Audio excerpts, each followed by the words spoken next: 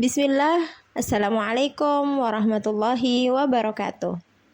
Hamdan wa syukran lillah, wassalatu wassalamu ala rasulillah, wa ba'd. Tullabi wa talibati, kaifa halukum? Apa kabar semuanya? Semoga semua dalam keadaan yang sehat dan dalam lindungan Allah Subhanahu wa ta'ala. Kembali kita bertemu dalam pelajaran fikih. Pada pelajaran fikih kali ini, kita akan membahas tentang suatu ibadah yang termasuk ibadah mahdah. Pelaksanaannya melibatkan seluruh bentuk jasmania, rohania, dan maliyah. Dia tidak diwajibkan secara mutlak, namun bersyarat.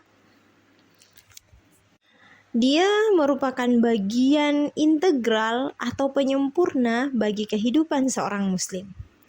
Bagaimana? Sudah ada bayangan? Ada gambaran? Ya, ibadah ini melibatkan perjalanan spiritual menuju kota suci Makkah. Yap, betul sekali. Dia adalah haji dan umroh. Untuk apa kita mempelajarinya? Ya, agar kita bisa memahami secara mendalam. Dan jika nanti kita diberikan kemampuan, kita bisa melaksanakannya dengan khusyuk dan mendapat berkah dari Allah Subhanahu wa ta'ala. Di bab ini, insya Allah kita akan mempelajari tentang hukum dan syarat wajib haji, rukun haji dan umroh, wajib dan sunnah-sunnah haji, kemudian ada macam-macam manasik haji, dan yang paling penting adalah tata cara pelaksanaan haji. Kita masuk ke pengertian haji. Haji berasal dari kata hajja yahuju, yang artinya berziarah atau sengaja atau bermaksud.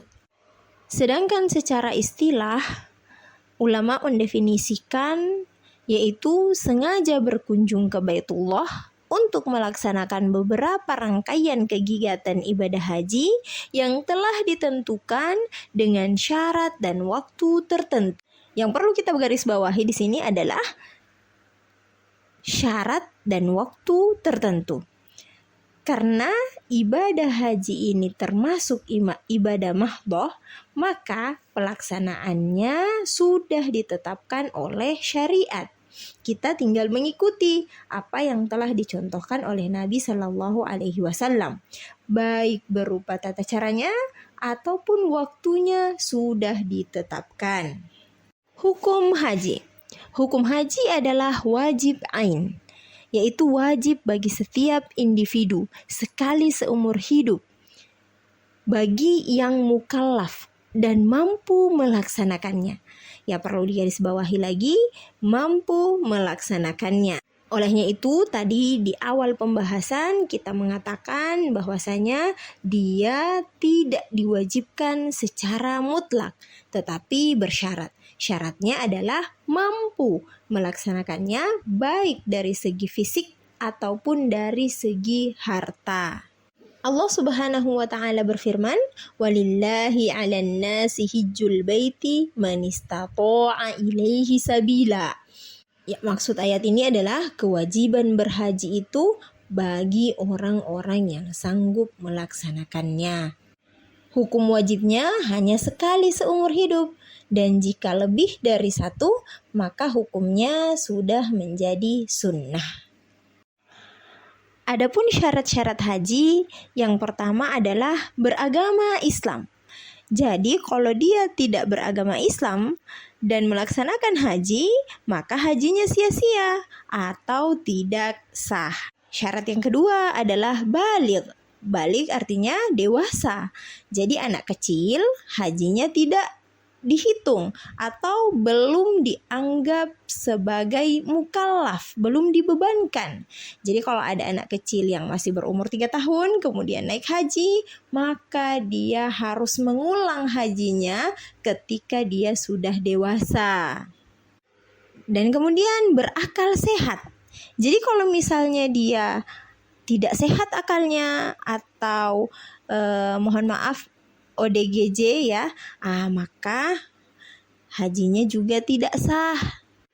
Dan ini yang paling penting nih, mampu melaksanakan haji, baik dari segi harta dan dari segi fisik, yaitu kuat jasmani dan rohani. Dan syarat yang terakhir adalah merdeka. Syarat yang terakhir ini sudah kita tidak temukan lagi di masa sekarang, adanya di masa-masa terdahulu karena adanya sistem perbudakan.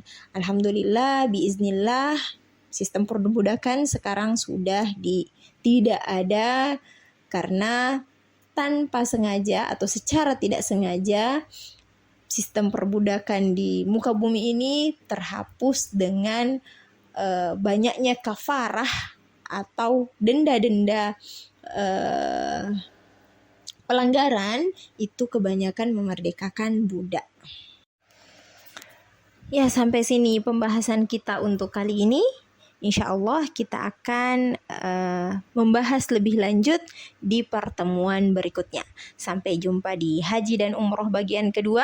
Subhanakallahumma bihamdik, asyhadu an la ilaha illa anta, astaghfiruka wa atubu ilaik. Assalamualaikum warahmatullahi wabarakatuh.